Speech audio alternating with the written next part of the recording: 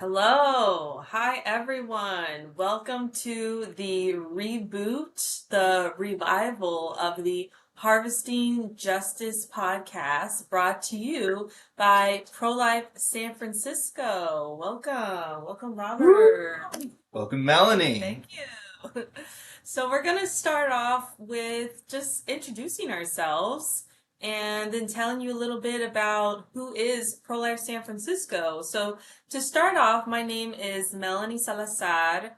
I got started in the pro-life movement when I was in university and I found out there was a pro-life club at my college. I was so excited, wide-eyed, bushy-tailed, joined this club that I had to restart. That was a dying club.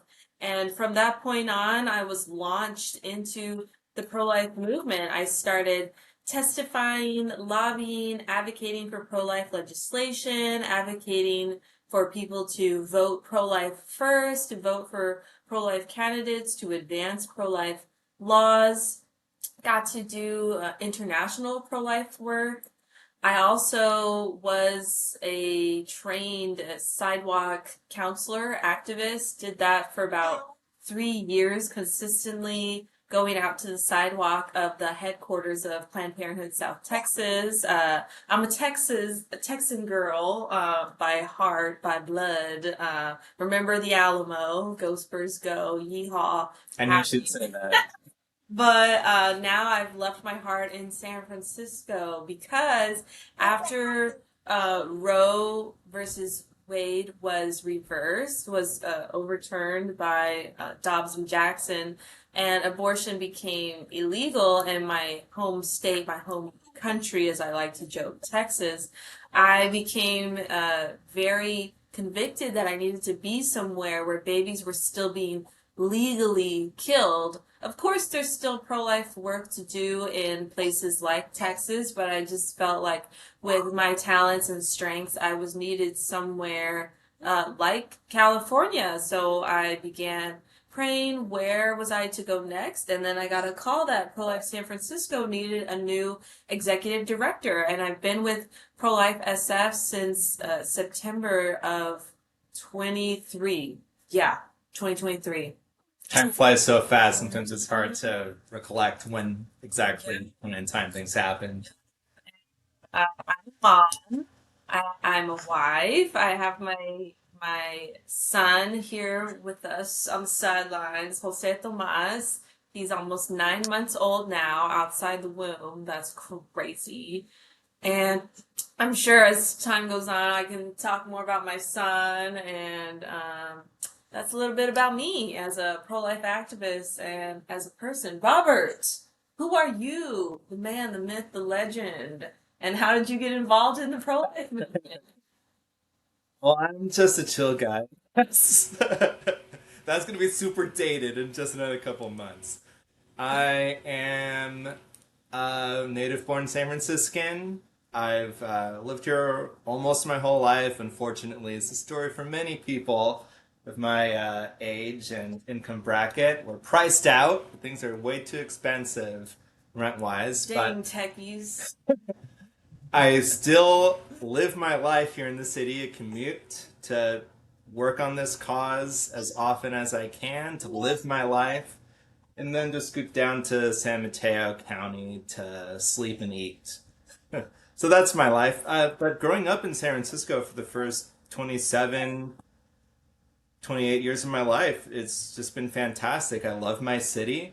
I first learned about abortion when I was in high school, summer school, just before my senior year. And I was shocked because I had recalled, learning in high school or even in middle school biology that our individual life, or if you want to be very specific with your language, the individual life cycle of any living organism starts at a single cell stage.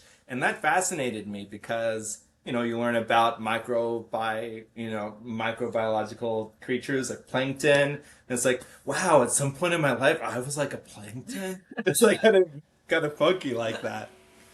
But so I was like remembering this little detail from middle school biology, and then in health class in summer school, I was hearing that if a woman doesn't want to be pregnant, a doctor, a medical professional could end that pregnancy. And then I was just thinking, wait, how could this be a real thing? Like, isn't that like already another human? And I just took my questions to the internet about a week later and found out about abortion. And then years later, even after finally taking the time to learn, become more, proficient in, all of the, the debates, the argumentation, just the ins and outs of all the different philosophy and ways of understanding every point of view. I didn't know the depth to which my own city was involved in the abortion business, which shocked me. It wasn't even really until 2018, 2019, like long after I started volunteering with Pro Life San Francisco, that I really learned how central this city is to the abortion movement. And that's when I knew that my time volunteering in Pro Life San Francisco was more and more important, that I needed to step up and do more. So I'm just a guy kind of checking in to do my responsibility, kind of, you know, do whatever is needed. What do you think? I'm just a guy. Okay, so now Is that a to reference to something I don't know? I'm just a girl. Oh, I guess so. So to now give a little reintroduction of Pro-Life San Francisco. Who are we? Pro-Life San Francisco exists to counter the pervasive Bay Area abortion movement. We want to educate our community. We want to connect pregnant women and families to resources. And we want to counter the abortion movement. We are pro-life activists and also, in a way, watchdogs of the abortion movement. So, Robert, share with us about pro-life SF's history. Maybe the early days and how do we get to where we are now in 2025? Sure. So the first people who came together to start Pro Life San Francisco, a few members, Teresa Bukovac, Karen Rose, John Leiby, and they were there at the very beginning when we were a local chapter of Pro Life Future, which was this post-college young adults, young adult professionals thing that Students for Life was doing for a while. So after a year, Pro Life SF branched out to become its own organization, fully independent, no help from anywhere outside of, individual donors, individual donations, people wanting to keep this thing running. And it's been, it was fun just really, having an opportunity once I discovered them at the, about 3 months into their existence. I learned about them and having a place where I could plug in and really do what I felt I needed to do. I felt like I was in a place where I was needed, where I could contribute to something beneficial. And it was really a dream come true because sometimes you'll just see, an annual pro-life event come through, you know, here and again, maybe two or three of them in your local area. And then you don't know what else you're able to really fulfill in this calling. Because once you realize that, and it's, contrary to what a lot of really contrarian pro-choice internet commenters will say, no zygotes are being killed in abortion. Like, that's really minimizing what's going on. Of course, you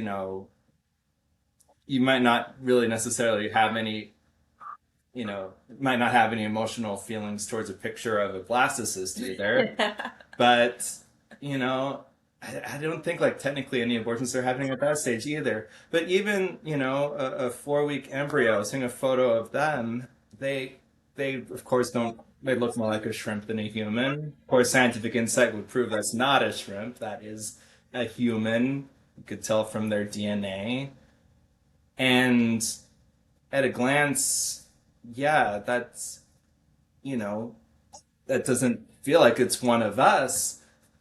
But the older you get, even at, I would say, wouldn't you say like at 9 weeks you could tell that a little human is a human? Oh That yeah, I remember seeing my son I think I remember seeing him when he was like a little shrimp. Like I don't know, but like a little gummy bear size. But I mean, we all look like I'm gonna look different in 50 years than I did when I was, two, than I did when I was 2 weeks in the womb. Like, I don't know. We're supposed to look different. Yeah. Yeah. And I kind of okay. This shows how like human and how natural we're doing this. I kind of forgot the connecting point that I was making Yeah. by introducing that. Do you remember where it's coming from with Well, that? we're talking about the history of PLSF. Right. So we're just shoot. I forgot exactly. Point where you were going with. Yeah, the point I was going with that. Bring up something else if you can. Well, PLSF started as a young adults group that then became its own freestanding nonprofit, and people wanted to see the work of PLSF continue. Oh, fun fact on like PLSF lore, if anybody's interested. Robert showed up to an event that Teresa was putting on because he was thinking, oh, let me invite them to my pro-life group that I'm starting. Right. Let me get these people to join my thing that I'm doing. The guy with no organizational skills. And Robert's sign at that first event was just like a giant encyclopedia. Like a paragraph of text showing, look, if a pro-choice person reads this, they'll be convinced of our position. They'll realize all the facts. All the works cited. Imagine. Yeah, thankfully, being with Pro-Life SF and other partnering organizations, we've been able to help people like me understand how to creatively share quippy, to the point, like, pieces of information, thought-provoking stuff, because you're not going to reach most people by sharing a paragraph of text. But it's good to have it handy, though. And I definitely want to highlight that. So PLSF was under Teresa's leadership for how many years? We'll see. From baby break, baby break. You good? He fell. Okay, it was under Teresa's leadership. Okay. He fell. Hey, how are you doing? How's he feeling right now? Just hanging out in his crib over there, right? Yeah. Feel better? All right, that's perfect. You get to be more pro-life than me. How great. So PLSF was under Teresa's leadership for Yeah, from 2016 till about well, she left her post as executive director in 2021, toward the end of the year. That's when she moved to DC to start progressive anti-abortion uprising. and then that's when Kristen took over. Yeah, that's correct. Kind of middle of 2021. And then I took over September of 2023. That's correct. And we've been grateful to have all these various personalities and talents holding the reins of the organization. I know I can't do it. I fulfill a role, but I can't fulfill every role. And we'd love to have more people jump in. The facts of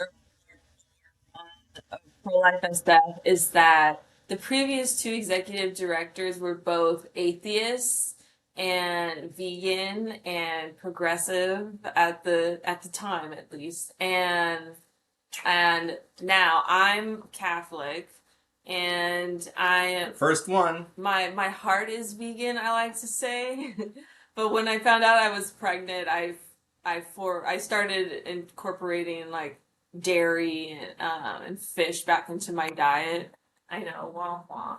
And then and I don't really know where I lie politically. I don't know. Oh, yes. I have some values over here and some values over there, and I don't know. You'd say, I'm as a pro-lifer, You like not as like a overall, but as a pro-lifer, you're a progressive Yeah, pro-lifer. I would say I hold progressive pro-life values that people would deem to be progressive. Yeah. There's a specific definition to that. Some Yeah. people hear progressive pro-lifer and think it could only mean one thing, whereas different people might mean different things by that. Yeah.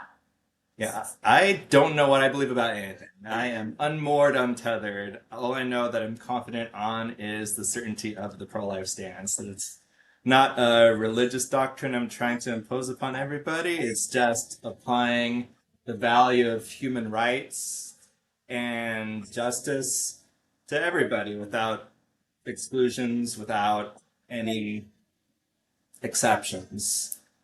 Of course, healthcare ought to be the highest quality to both moms, to parents, and the babies equally, and no one should be left out of that equation. Totally.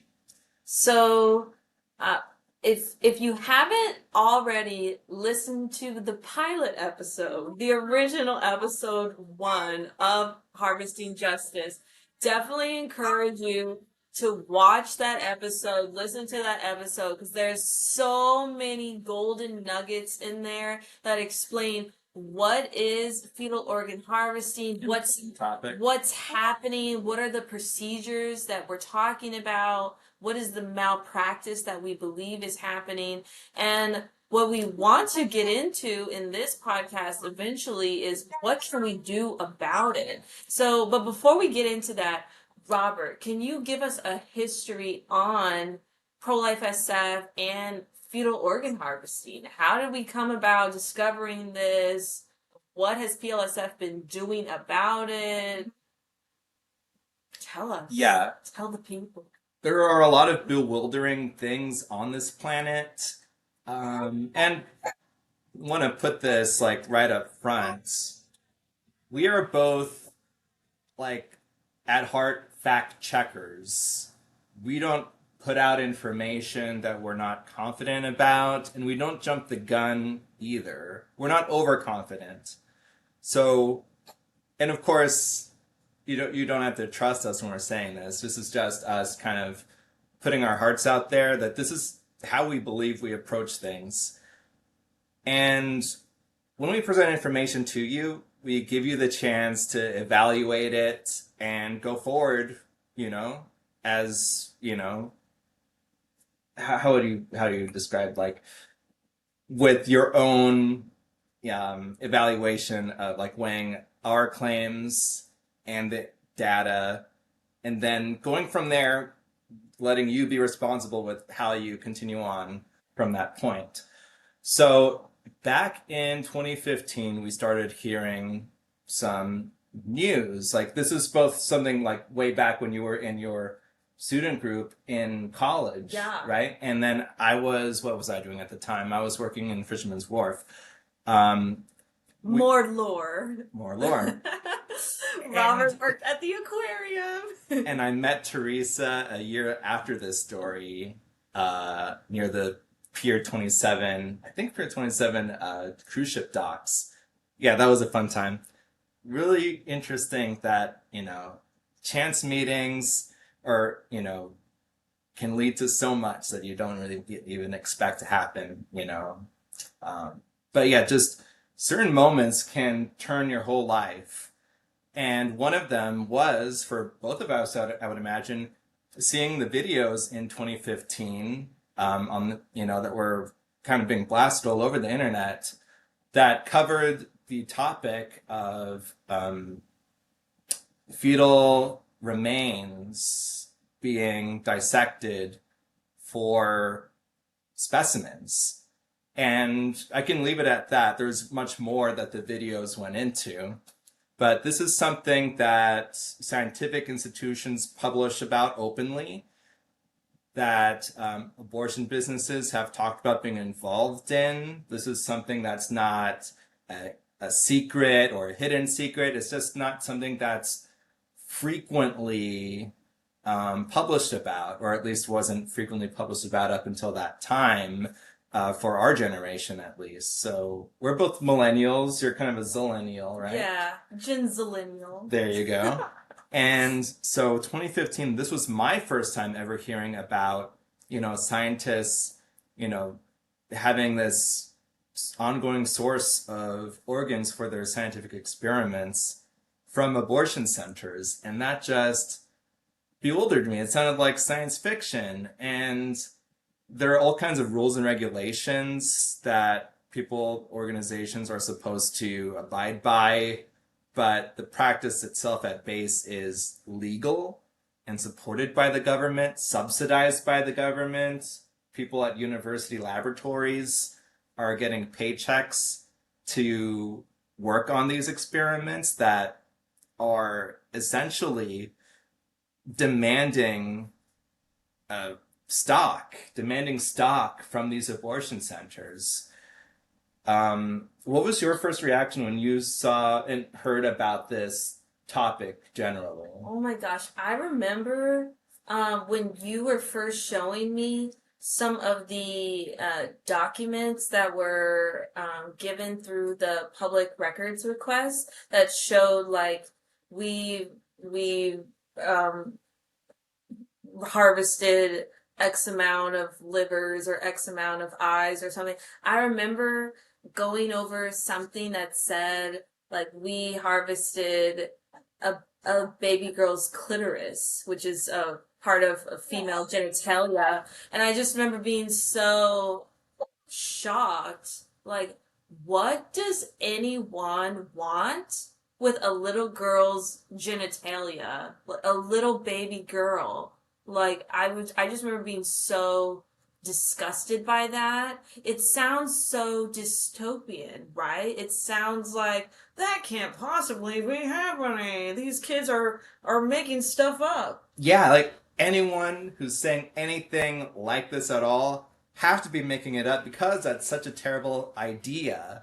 Sadly, terrible ideas get put into practice in this world, and this wouldn't be the first time. And of course, it's important to delineate and distinguish between which horrible ideas have been initiated and which ones haven't been initiated. Sadly, this has been initiated. It's been in practice for decades, maybe 50, 80 years, but especially after the legalization of abortion in America, I would say the numbers must have skyrocketed. Yeah. And it's this vicious cycle that, the researchers are essentially justifying the existence of abortion by saying, oh, it's going to happen anyway, so we can continue to demand organs from these abortion businesses. Mm-hmm. And then the abortion centers on the other end are like, well, one reason why we must continue offering our services because these researchers are depending on us. And I think one detail that really clarifies the ethicality versus the non-ethicality of this is when are the parents contacted? One of the pieces of information that we receive directly from our local, the local business that's involved in this practice, UC San Francisco, is the consent form. And what's the one thing that you remember about that consent form in terms of like when it's given to an abortion patient? It's given before the appointment, yeah? Correct. And that detail alone should clarify for hopefully a lot of people why this is so wrong and manipulative. Because consent is something that's supposed to be ongoing, right? You can't. Consent is sexy. We agree with that. And someone has the ability and should be given the opportunity to change their mind at any point about anything that they want to be involved with. Correct? Correct. So when someone, for whatever reason, is abortion-minded, they sign a form, they walk to a center, they have a conversation, and then minutes, a day, or just a flip of a page afterward, they're confronted with this piece of paper that says, and uses language like very kind of innocuous veiled language that says, would you like to donate your pregnancy tissue in quotes? Because if you sign yes, this will help advance cures and it'll help advance medical research, help sick people, sign the dotted line. And this takes away the opportunity for that person to choose life for their child. It removes any doubts or second thoughts Yeah. by So it making. makes it sound pretty good. Like I'm doing a service for society. Yeah, there was even a doctor by the name of Ruth Eric who was had a conversation with a pro-life activist. Conversation was recorded on a hidden microphone, and this was published in a trial here in San Francisco. This doctor involved in the consent process of, you know, trying to get specimens from these pregnant, women. She said herself, yeah, it's like a silver lining. It makes it sound so, her experience sound like it's going to have such a much greater outcome. I just think that just like a pro-life activist, David Leinen, has said that to these industries, these women's children are worth more to them dead than alive in terms of the societal benefits that they can create, like being specimens on a platter. It's just so disgusting. I just like the people who say this sounds too horrific to be real. I'm sitting here knowing it's real, having read the published studies like on the National Institutes of Health website, and having to sit with all this information in my head like sometimes you're just so speechless about it. And even just right now I'm trying to think, okay, which aspect of this do I want to talk about, what piece of data, and I'm like, There's so much. it's just sick, and I don't really know what I could say at this second. Mhm.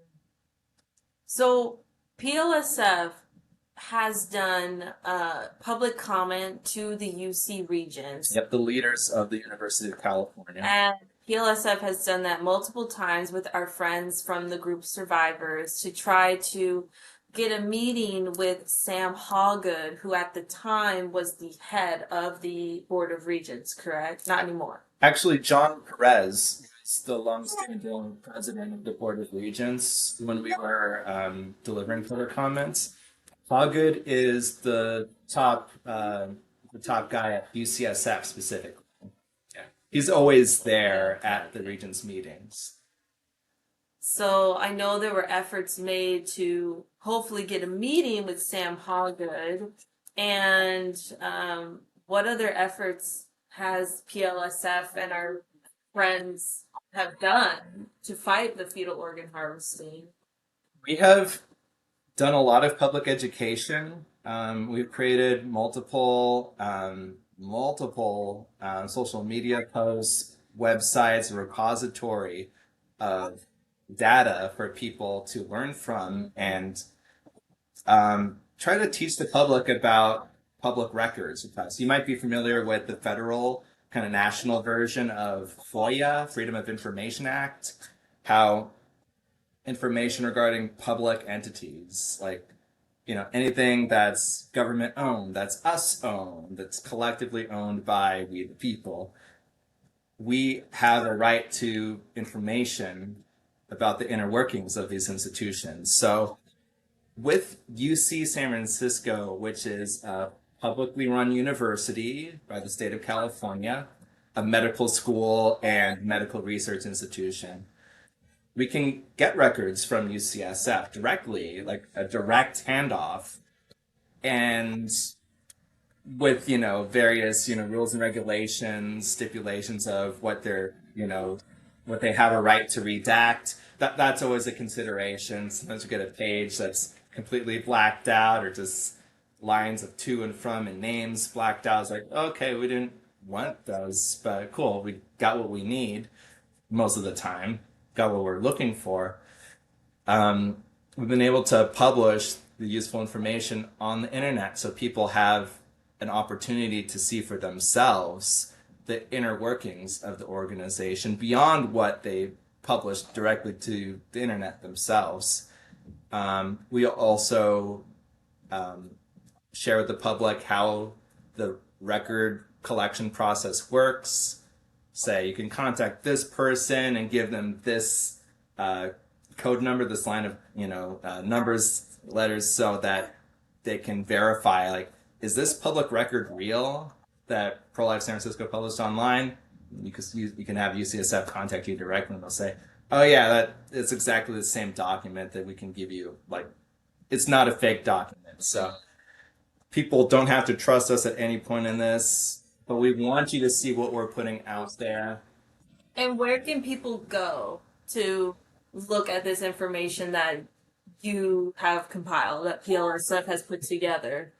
Well, you can go to prolifesf.org/UCSF, and there's a button not too far down on the screen that says UCSF Records. That will take you to a second page that has several, like dozens and dozens of PDF links where you can see the documents, the timeline that they came in. And with this repository of information, the point is to get the public. Emotion isn't a bad thing. It's bad when it's like in charge of what you're doing, because then you could be taken in negative directions, or just like you need to use your mind, your heart, you have to balance everything out. But Your soul, you want people to be, or your spirit. logic. Robert and I have an ongoing joke. Since Robert is agnostic about being agnostic, we'll be like, praise logic. It's kind of an inside joke. You might understand later on. But we want the public to be upset about things that are worth being upset about. And with that, like by capturing the public's, helping, these victims, these families, these babies, most specifically, helping the public, to see their plight, to capture the heart of the public for their sake, we can band together and be a real engine for change in our city, in our culture. And with San Francisco being the metropolitan place it is, a beacon, national, how do you describe it? How we export culture across the country, across the planet. If we can change our culture's heart on, or even just utilize the multimedia landscape that exists in this area to broadcast this message of protest across the world, we can affect a lot. If we can get this message and get a local population of Californians to cry out against, and demand an end to this practice of targeting these patients, these these pregnant families before their abortions, when their babies are alive and kicking inside, even up to 6 months, which the documents show, even at 6 months, healthy pregnancies, healthy parents. It's, we just, you can imagine so much happening in terms of the effects. We want enough people to be inspired across the planet to, ensure that institutions know that this isn't something that's acceptable in our society anymore.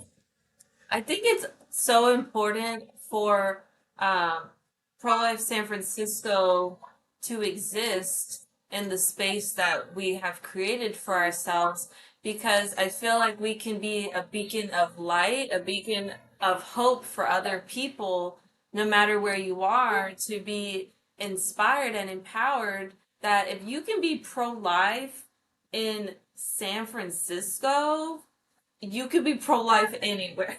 She said it better than me. You definitely said that better than I did. So, what can you expect of this podcast going I forward? think he wants his bottle again. I think he. Oh, you were right. So, what can you expect?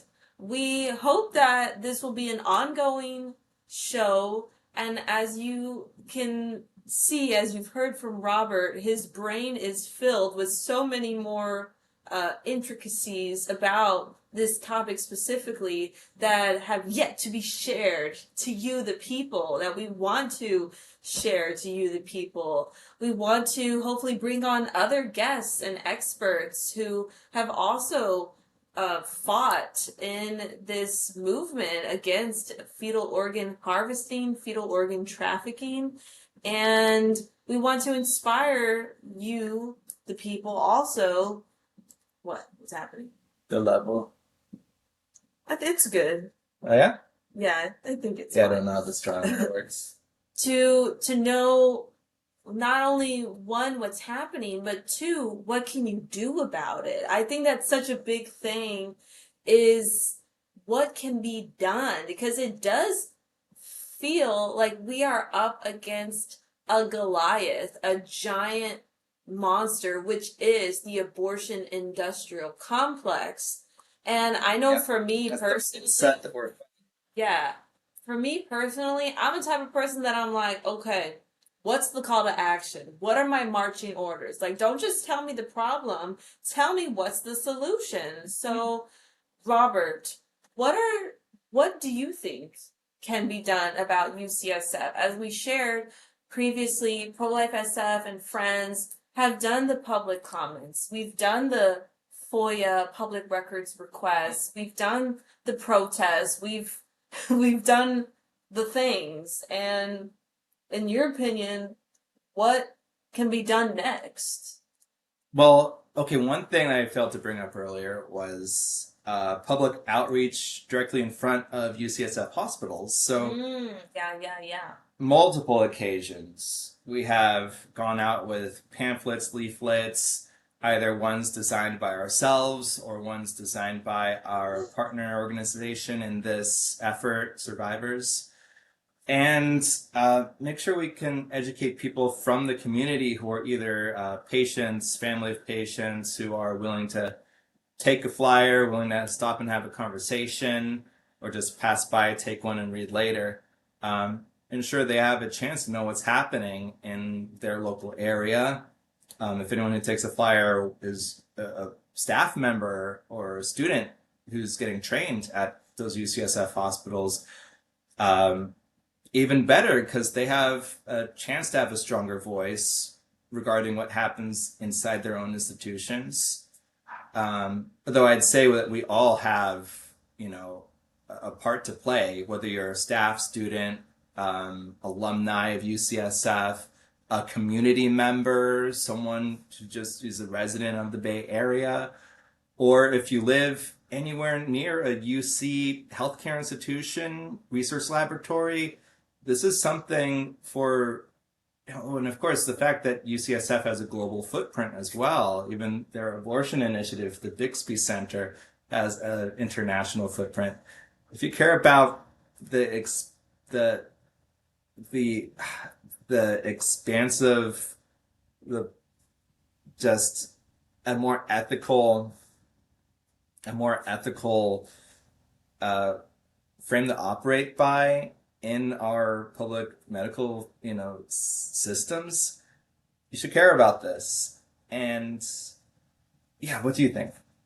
Well, just like bouncing ideas aloud, one of the things that is a tangible step that people can do, I think, would be to personally email the regions. Yeah.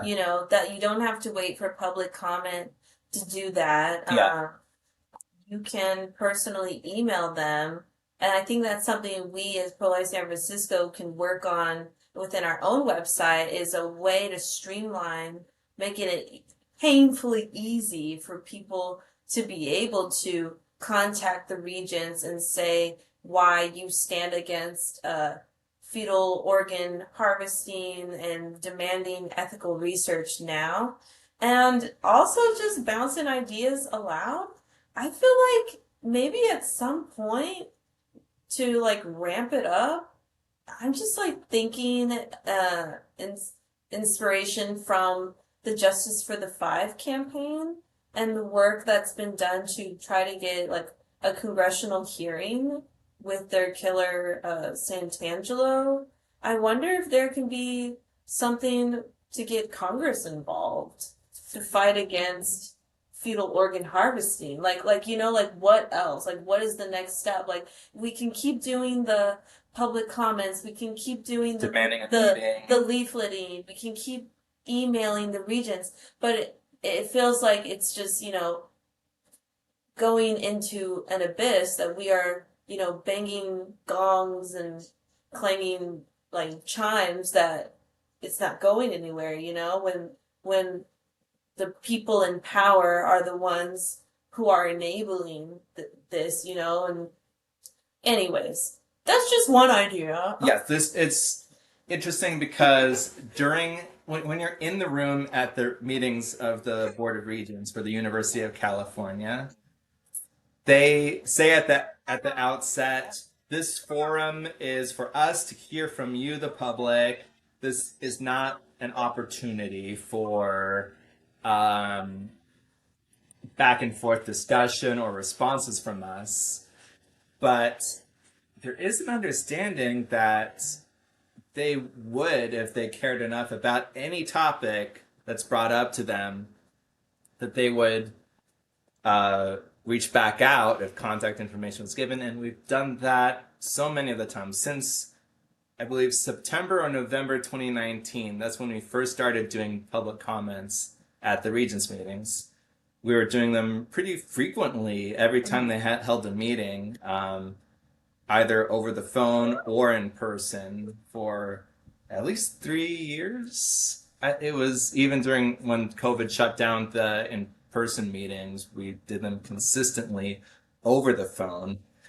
And yeah, they have the ability to just shut their ears and not care. And they've done this for other topics as well, like the telescope observatory on Mauna Kea. I remember the protesters for that cause being incensed about being, shut out and ignored on multiple occasions as well. And more recently, the people protesting partnerships with weapons development of some sort regarding regarding Israel and the UC, like that was really eye-opening to hear from them and to hear how the regents are largely, if not entirely, ignoring them too. It's just like, man, these guys don't know how to do their job and like care about, the heart of the public. Sometimes you can't just speak. Sometimes you have to, in a microphone, you have to like really show them. Like another way of showing that you mean what you're saying is gathering the public in larger numbers. And that's about building people power. And that's the most important thing that you can do is showing how large the community against this practice is. And that's why we care so much about educating you all with as much detailed information as we can provide to you to help you be able to, describe and explain these topics without, any risk of, misstating things or because that's very important. You don't want to misstate anything. You don't want to say you're against something that doesn't exist. Like, make sure that you are able to clarify, here's what's happening.